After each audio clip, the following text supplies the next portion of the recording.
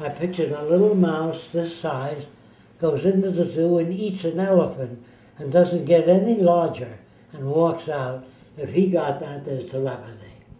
Of course he didn't get it. I forget, well, maybe he missed this one.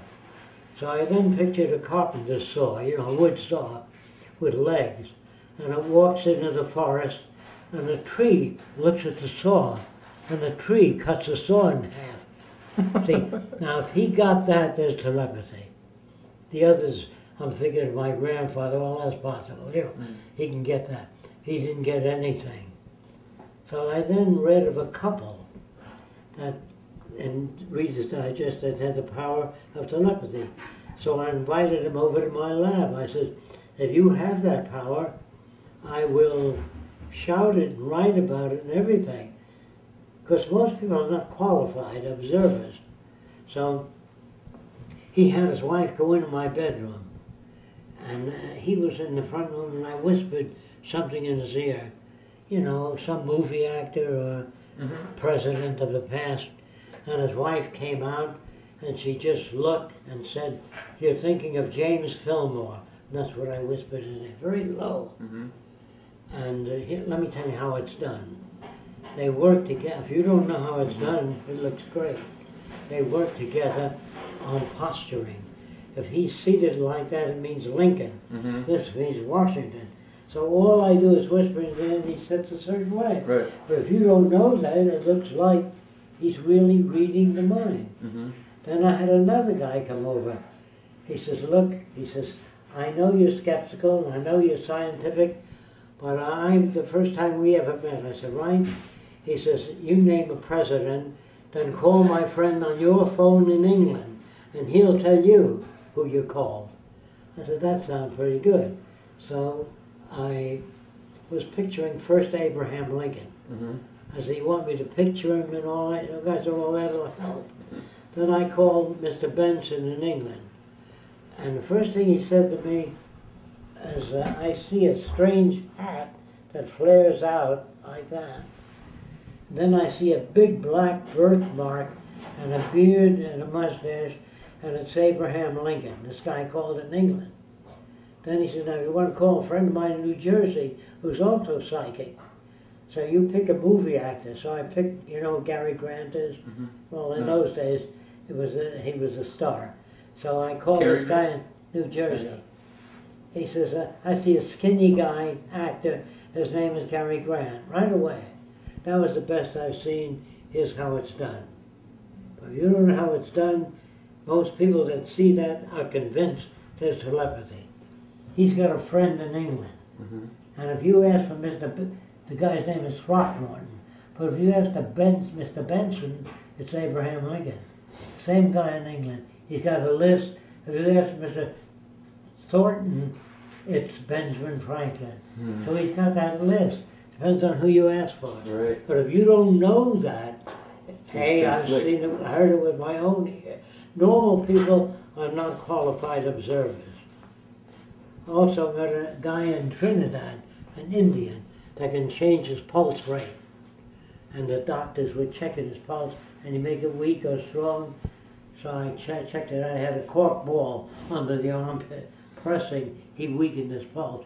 But the doctors didn't know that. Do you understand? Before I went on this hunt for extra-physical phenomena, I read everything I can get hold of on how it's done. Have you heard of the girl in Russia named Natasha Dimkin, who can see through walls? Yeah, well, the guy that bent spoons and all that.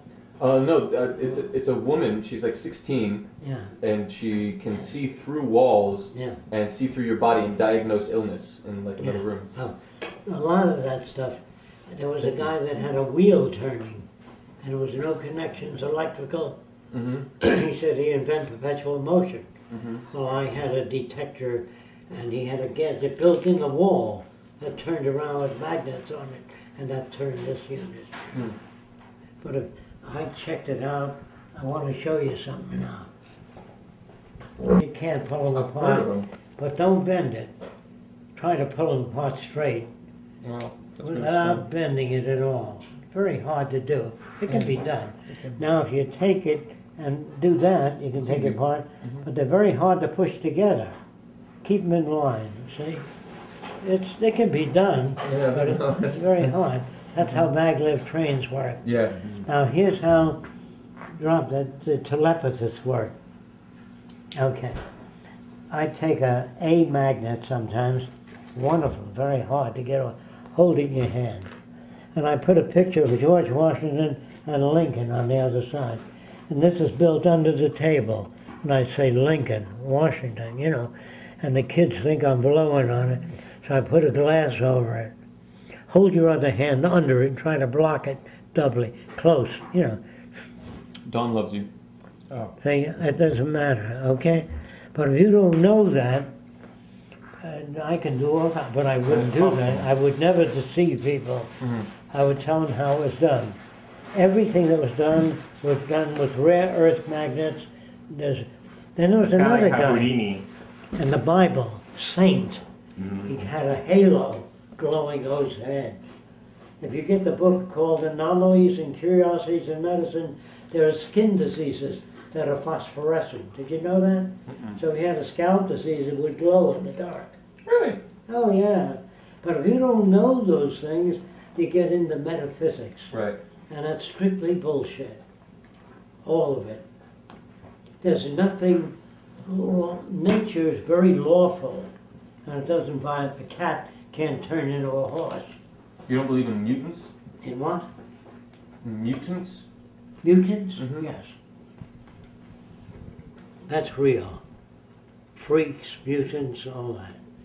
But all floating in midair, all that's done electromagnetically, or there's no magic. Now the people that read your aura, you've heard of that? That's another BS thing.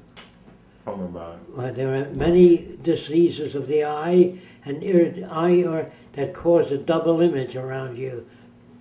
But they're not seeing an aura. They don't know what they're seeing.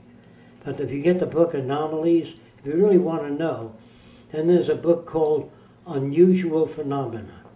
That book is raining fish and frogs and snakes. All that's real.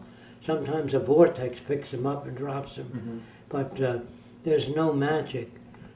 A monkey doesn't turn into an elephant. That's what I mean by magic. Now, that people go to a place called Lourdes, you know about it? In wheelchairs and get up and walk. Now, why doesn't a guy go there without legs and say, I need legs? They always ask for reasonable things. A guy without an eyeball doesn't go there and says, I need a right eye. It was an auto accident 10 years ago. Never. So you check on Lourdes, you'll find that most people that get out of wheelchairs, not all of them, are hysterically paralyzed. You know what that means? Sometimes they see their kid run over by a Mack trucker. They can't walk in. And sometimes if you believe in something, brought up to believe in it, like a witch doctor, he says the man that committed the crime will die. So he holds a skull. He lines up all the people and he holds a skull over their head. As he gets nearer the guy that committed it, that guy is brought up to believe in it, and he starts shaking. And sometimes they drop dead. Can you understand that?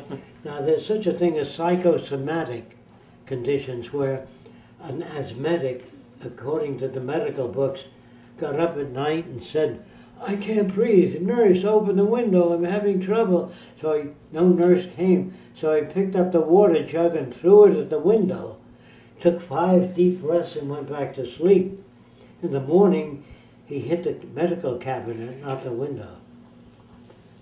You understand? No, I didn't get that part. Sometimes your attitude, if you're fed the best, healthiest food in the world, but are a depressed person, it turns to poison. See, so a good attitude is good for your health, but there's no magic. You can't make a table levitate. So it's just degrees of not understanding that makes the thing look A lot of stuff say, you can say, honestly, I don't know how he did it. This guy in England told me who I was thinking. Say, I don't know how he did it, but don't invent he did it by telepathy.